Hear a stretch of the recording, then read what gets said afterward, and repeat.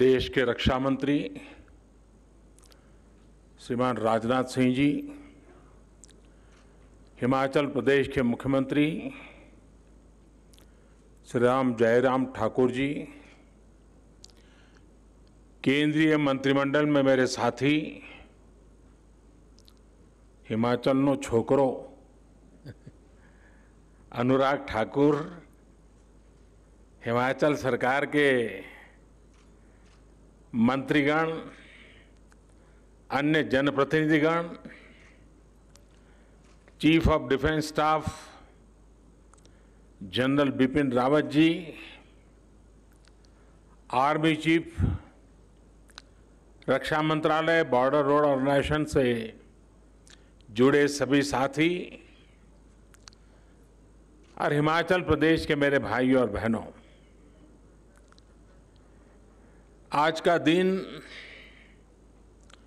बहुत ऐतिहासिक है। आज सिर्फ अटल जी का ही सपना नहीं पूरा हुआ है, आज हिमाचल प्रदेश के करोड़ों लोगों का भी दशकों पुराना इंतजार खत्म हुआ है। मेरा बहुत बड़ा सौभाग्य है कि आज मुझे अटल टनल के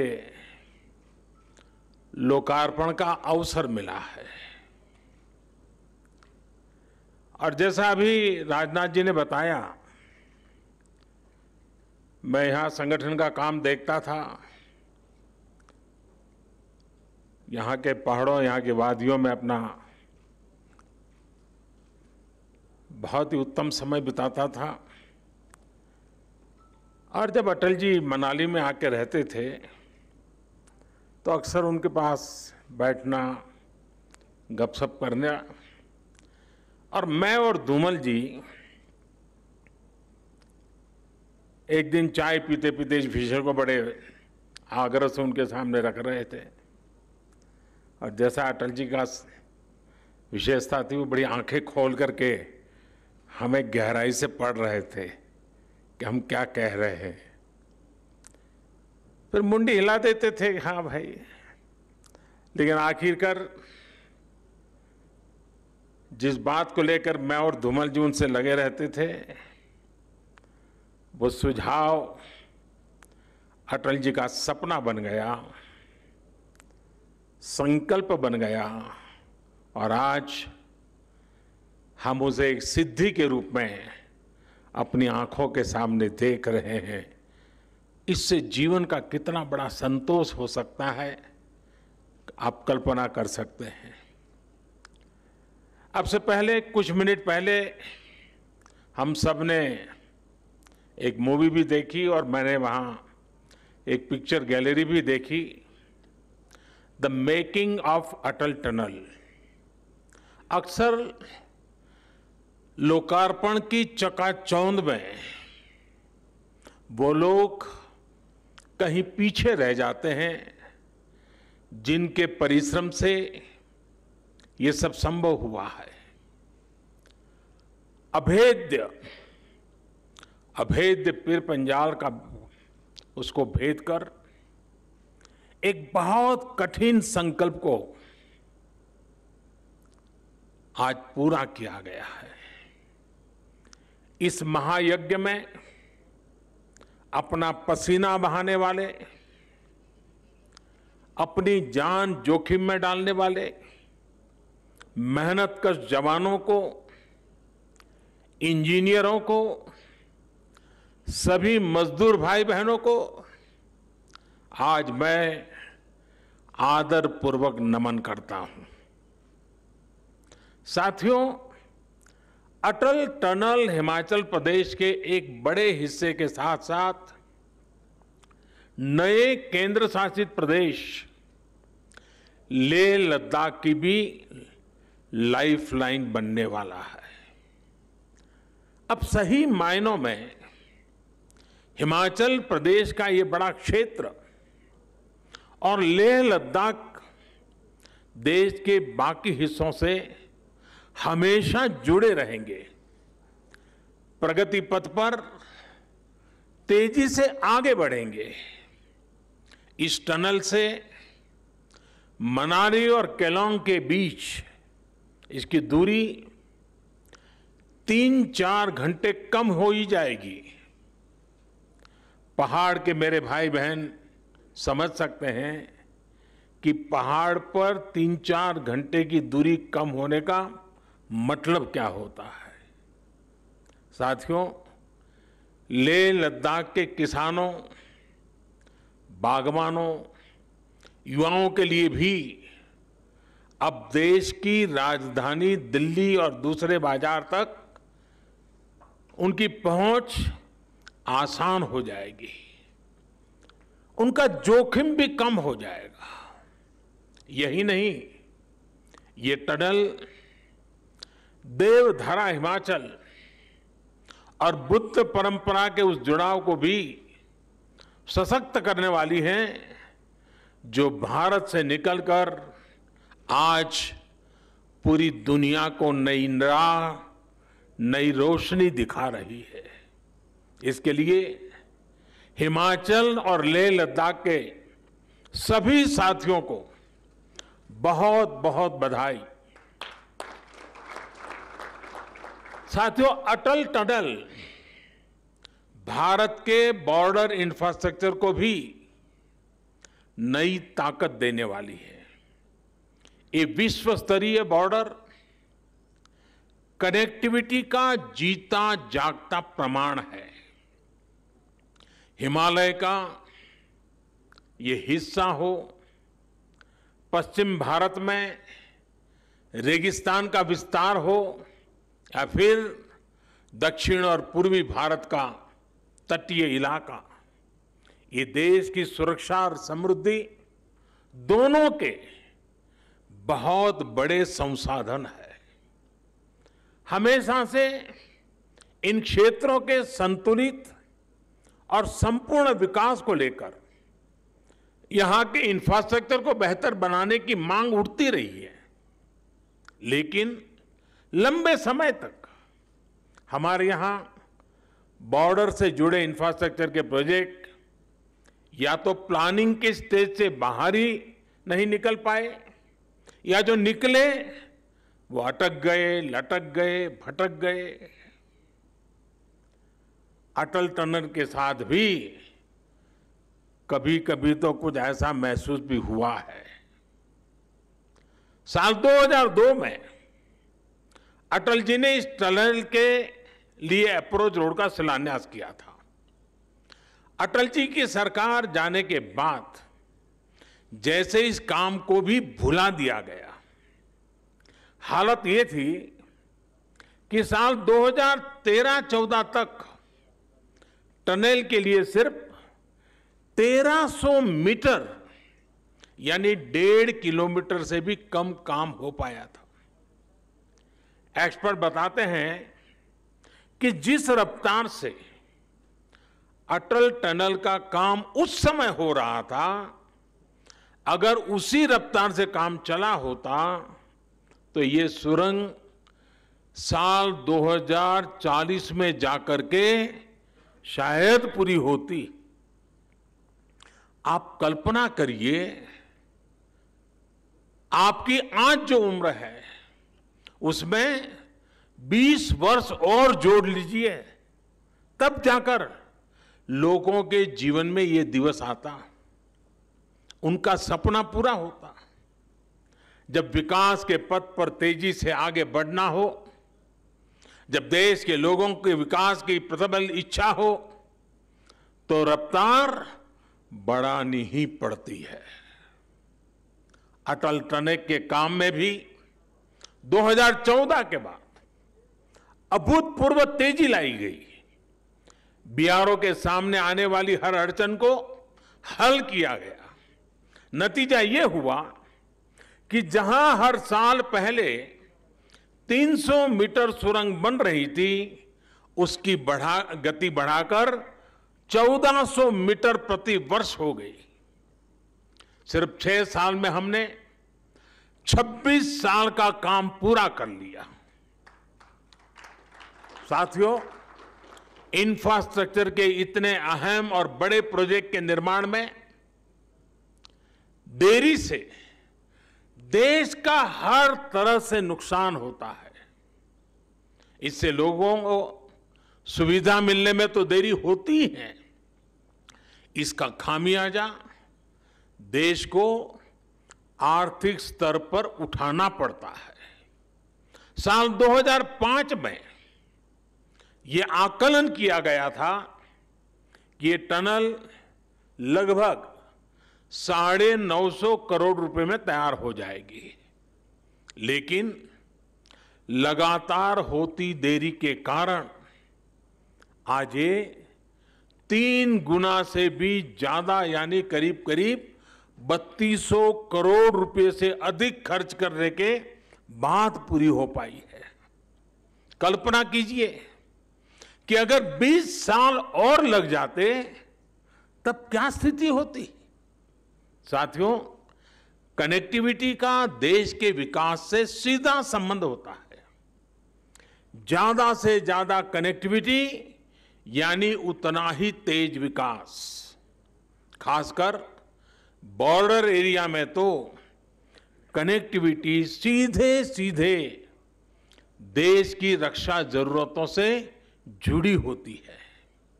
लेकिन इसे लेकर जिस तरह की गंभीरता थी और उसकी गंभीरता की आवश्यकता थी, जिस तरह की राजनीतिक इच्छा शक्ति की जरूरत थी, दुर्भाग्य से वैसी नहीं दिखाई गई। अटल टनल की तरह ही अनेक महत्वपूर्ण प्रोजेक्ट्स के साथ ऐसा ही व्यवहार किया गया। लद्दाख में दौलत बेग ओल्डी के रूप में सामरिक रूप से बहुत महत्वपूर्ण एयर स्ट्रिप 40-50 साल तक बंद रही। क्या मजबूरी थी, क्या दबाव था? मैं इसके विस्तार में जाना नहीं चाहता। इसके बारे में बहुत कुछ कहा जा चुका है, बहुत कुछ लिखा जा चुका है, लेकिन सच्चाई यही है कि दौलत बेग ओल्डी की एयर स्ट्रिप वायुसेना ने अपने इरादों की वजह से शुरू हो पाई, उसमें राजनीतिक इच्छा शक्ति कहीं नजर नहीं आई। साथियों, मैं ऐसे दर्जनों प्रोजेक्ट गिना सकता हूं जो सामरिक दृष्टि से और सुविधा की दृष्टि से भले ही कितने भी महत्वपूर्ण रहे हो, लेकिन बरसों तक नजरअंदाज किए गए। मुझे याद है, मैं करीब 2 साल पहले अटल जी के जन्मदिन के अवसर पर असम में था। वहां पर भारत के सबसे लंबे रेल रोड ब्रिज बोगीबील पुल को देश को समर्पित करने का अवसर मुझे मिला था। ये पुल आज नॉर्थ ईस्ट और अरुणाचल प्रदेश से कनेक्टिविटी का बहुत बड़ा माध्यम है। बोगीबील ब्रिज पर भी अटल जी की सरकार के समय ही काम शुरू हुआ था, लेकिन उनकी सरकार जाने के बाद फिर इस पुल का काम सुस्त हो गया। साल 2014 के बाद ही इस काम ने भी गति पकड़ी और 4 साल के भीतर भीतर इस पुल का काम पूरा कर लिया गया। अटल जी के साथ ही एक और पुल का नाम जुड़ा है, कोसी महासेतु का। बिहार में मिथिलांचल के 2 हिस्सों को जोड़ने वाले कोसी महासेतु का शिलान्यास अटल जी ने ही किया था, लेकिन इसका काम भी उलझा रहा, अटका रहा। 2014 में हमें सरकार में आने के बाद कोसी महासेतु का काम भी हमने तेज करवाया। अब से कुछ दिन पहले ही कोसी महासेतु का भी लोकार्पण किया जा चुका है। साथियों, देश के करीब करीब हर हिस्से में कनेक्टिविटी के बड़े बड़े प्रोजेक्ट्स का यही हाल रहा है, लेकिन अब ये स्थिति बदल रही है और बहुत तेजी के साथ बदल रही है। बीते 6 वर्षों में इस दिशा में अभूतपूर्व प्रयास किया गया है। विशेष रूप से बॉर्डर इंफ्रास्ट्रक्चर के विकास के लिए पूरी ताकत लगा दी गई है। हिमालय क्षेत्र में चाहे वो हिमाचल हो, जम्मू कश्मीर हो, करगिल लेह लद्दाख हो, उत्तराखंड हो, सिक्किम हो, अरुणाचल प्रदेश हो, दर्जनों प्रोजेक्ट पूरे किए जा चुके हैं और अनेकों प्रोजेक्ट पर तेजी से काम चल रहा है। सड़क बनाने का काम हो, पुल बनाने का काम हो, सुरंग बनाने का काम हो, इतने बड़े स्तर पर देश में इन क्षेत्रों में पहले कभी काम नहीं हुआ। इसका बहुत बड़ा लाभ सामान्य जनों के साथ ही हमारे फौजी भाई बहनों को भी हो रहा है। सर्दी के मौसम में उन तक रसद पहुंचाना हो, उनकी रक्षा से जुड़े साजो सामान हो, वो आसानी से पेट्रोलिंग कर सकें, इसके लिए सड़कों का जाल बिछाया जा रहा है। साथियों, देश की रक्षा जरूरतों, देश की रक्षा करने वालों की जरूरतों का ध्यान रखना, उनके हितों का ध्यान रखना हमारी सरकार की सर्वोच्च प्राथमिकता में से एक है। हिमाचल प्रदेश के हमारे भाइयों बहनों को आज भी याद है कि 1 रैंक 1 पेंशन को लेकर पहले की सरकारों का क्या बर्ताव था। 4 दशकों तक हमारे पूर्व फौजी भाइयों को सिर्फ वायदे ही किए गए, कागजों में सिर्फ 500 करोड़ रुपए दिखाकर ये लोग कहते थे कि 1 रैंक 1 पेंशन लागू करेंगे, लेकिन किया फिर भी नहीं। आज 1 रैंक 1 पेंशन का लाभ देश के लाखों पूर्व फौजियों को मिल रहा है। सिर्फ एरियर के तौर पर ही केंद्र सरकार ने लगभग 11,000 करोड़ रुपए पूर्व फौजियों को दिए हैं। हिमाचल प्रदेश के भी करीब करीब 1 लाख फौजी साथियों को इसका लाभ मिला है। हमारी सरकार के फैसले साक्षी हैं कि हमने जो फैसले किए वो हम लागू करके दिखाते हैं। देश हित से बड़ा, देश की रक्षा से बड़ा हमारे लिए और कुछ नहीं है। लेकिन देश ने लंबे समय तक वो दौर भी देखा है जब देश की रक्षा हितों के साथ समझौता किया गया। देश की वायुसेना आधुनिक फाइटर प्लेन मांगती रही। वो लोग फाइल पे फाइल, फाइल पे फाइल, कभी फाइल खोलते थे, कभी फाइल से खेलते थे। गोला बारूद हो, आधुनिक राइफलें हो, बुलेट प्रूफ जैकेट्स हो, कड़ाके की ठंड में काम आने वाले उपकरण और अन्य सामान हो, सब कुछ ताक पर रख दिया गया था। एक समय था जब हमारी ऑर्डिनेंस फैक्ट्रियों की ताकत अच्छों के होश उड़ा देती थी, लेकिन देश की ऑर्डिनेंस फैक्ट्रियों को अपने हाल पर छोड़ दिया गया। देश में स्वदेशी लड़ाकू विमानों, हेलीकॉप्टरों के लिए HAL जैसी विश्व स्तरीय संस्था बनाई गई, लेकिन उसे भी मजबूत करने पर उतना ध्यान नहीं दिया गया। बरसों तक सत्ता में बैठे लोगों के स्वार्थ ने हमारी सैन्य क्षमताओं को मजबूत होने से रोका है, उसका नुकसान किया है। जिस तेजस लड़ाकू विमान पर आज देश को गर्व है, उसे भी इन लोगों ने डिब्बे में बंद करने की तैयारी कर ली थी। ये थी इन लोगों की सच्चाई, ये है इन लोगों की सच्चाई। साथियों, अब आज देश में ये स्थिति बदल रही है। देश में ही आधुनिक अस्त्र शस्त्र बने, मेक इन इंडिया हथियार बने, इसके लिए बड़े रिफॉर्म्स किए गए हैं। लंबे इंतजार के बाद चीफ ऑफ डिफेंस स्टाफ की व्यवस्था अब हमारे सिस्टम का हिस्सा है। इसे देश की सेनाओं की आवश्यकताओं के अनुसार प्रोक्योरमेंट और प्रोडक्शन दोनों में बेहतर समन्वय स्थापित हुआ है। अब अनेक ऐसे साजो सामान हैं जिनको विदेश से मांगने पर प्रतिबंध लगा दिया गया है। वो सामान अब सिर्फ भारत के उद्योगों से ही खरीदना जरूरी कर दिया गया है। साथियों, भारत में डिफेंस इंडस्ट्री में विदेशी निवेश और विदेशी तकनीक आ सके, इसके लिए अब भारतीय संस्थानों को अनेक प्रकार के प्रोत्साहन दिए जा रहे हैं।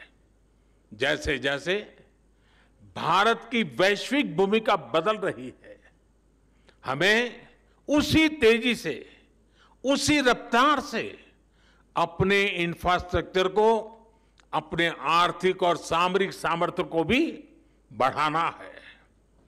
आत्मनिर्भर भारत का आत्मविश्वास आज जनमानस की सोच का हिस्सा बन चुका है। अटल टनल इसी आत्मविश्वास का प्रतीक है। एक बार फिर मैं आप सभी को, हिमाचल प्रदेश को और लेह लद्दाख के लाखों साथियों को बहुत बहुत बधाई और बहुत बहुत शुभकामनाएं देता हूं। हिमाचल पर मेरा कितना अधिकार है ये तो मैं नहीं कह सकता हूं, लेकिन हिमाचल का मुझ पर बहुत अधिकार है। आज के इस कार्यक्रम में समय बहुत कम होने के बावजूद भी हमारे हिमाचल के प्यार ने मुझ पर इतना दबाव डाल दिया, 3 कार्यक्रम बढ़ा दिए। इसके बाद मुझे और 2 कार्यक्रम में बहुत ही कम समय में बोलना है और इसलिए मैं यहाँ विस्तार से न बोलते हुए कुछ बातें 2 और कार्यक्रम में भी बोलने वाला हूँ। लेकिन कुछ सुझाव मैं यहाँ जरूर देना चाहता हूँ। मेरे ये सुझाव भारत सरकार के रक्षा मंत्रालय के लिए भी हैं, भारत सरकार के शिक्षा मंत्रालय के लिए भी है और बीआरओ के लिए स्पेशली भी है। एक, ये टनल का काम अपने आप में इंजीनियरिंग की दृष्टि से, वर्क कल्चर की दृष्टि से यूनिक है।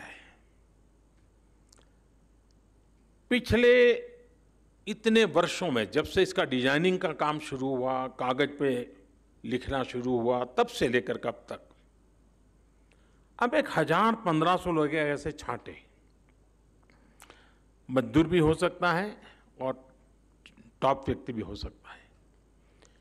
उसने जो काम किया है उसका अपना जो अनुभव है उसको वो अपनी भाषा में लिखे। एक 1500 लोग पूरी प्रोसेस को अगर लिखेंगे, कब क्या हुआ, कैसे हुआ, एक ऐसा डॉक्यूमेंटेशन होगा जिसमें ह्यूमन टच होगा। जब हो रहा था तब वो क्या सोचता था, कभी तकलीफ आई तो उसको क्या लगा। एक अच्छा डॉक्यूमेंटेशन, मैं एकेडमिक डॉक्यूमेंटेशन नहीं कह रहा हूँ, ये वो डॉक्यूमेंटेशन है जिसमें ह्यूमन टच है।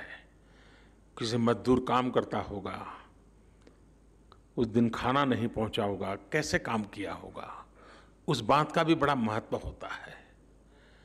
कभी कोई सामान पहुंचने वाला होगा, बर्फ के कारण पहुंचा नहीं होगा, कैसे काम किया होगा। कभी कोई इंजीनियरिंग चैलेंज आया होगा, कैसे किया होगा। मैं चाहूंगा कि कम से कम 1500 लोग हर स्तर पे काम करने वाले 5 पेज, 6 पेज, 10 पेज अपना अनुभव लिखे। किसी एक व्यक्ति को जिम्मेवारी दीजिए फिर उसको थोड़ा ठीक ठाक करके लैंग्वेज वगैरह करके एक डॉक्यूमेंटेशन करना चाहिए। और छापने की जरूरत नहीं है, डिजिटली बना देंगे तो भी चलेगा। दूसरा, मेरा शिक्षा मंत्रालय से आग्रह है कि हमारे देश में जितने भी टेक्निकल और इंजीनियरिंग से जुड़े यूनिवर्सिटीज हैं, उन यूनिवर्सिटीज के बच्चों को केस स्टडी का काम दिया जाए और हर वर्ष एक एक यूनिवर्सिटी से 8-10 बच्चों के एक बैच यहाँ आए। केस स्टडी ये कैसे कल्पना हुई, कैसे बना, कैसे चुनौतियाँ आई, कैसे रास्ते निकाले, और दुनिया में सबसे ऊंची और सबसे लंबी जगह पे विश्व में नाम कमाने वाली इस टनल का इंजीनियरिंग नॉलेज हमारे देश के स्टूडेंट्स को होना ही चाहिए। इतना ही नहीं, ग्लोबली भी मैं चाहूँगा MEA के लोग कुछ यूनिवर्सिटीज को इनवाइट करें, वहाँ की यूनिवर्सिटी केस स्टडी के लिए यहाँ आए, प्रोजेक्ट के रूप में स्टडी करें। दुनिया के अंदर हमारे इस ताकत की पहचान होनी चाहिए, विश्व को हमारी ताकत का परिचय होना चाहिए। सीमित संसाधनों के बाद भी कैसे अद्भुत काम वर्तमान पीढ़ी के हमारे जवान कर सकते हैं, इसका ज्ञान दुनिया को होना चाहिए। और इसलिए मैं चाहूँगा कि रक्षा मंत्रालय, शिक्षा मंत्रालय, MEA, BRO सब मिल करके एक प्रकार से लगातार ये एजुकेशन का हिस्सा बन जाए। टनल का काम हमारी एक पूरी नई पीढ़ी से तैयार हो जाएगी। तो टनल एक इंफ्रास्ट्रक्चर बनेगा, लेकिन मनुष्य निर्माण भी एक बहुत बड़ा काम होता है। हमारे उत्तम इंजीनियर बनाने का काम भी ये टनल कर सकती है, और उस दिशा में भी हम काम करें। मैं फिर एक बार आप सबको बहुत बहुत बधाई देता हूँ, बहुत बहुत धन्यवाद देता हूँ, और मैं उन जवानों का अभिनंदन करता हूँ जिन्होंने इस काम को बखूबी निभाया है, बखूबी पूरा किया है और देश का मान बढ़ाया है। बहुत बहुत धन्यवाद।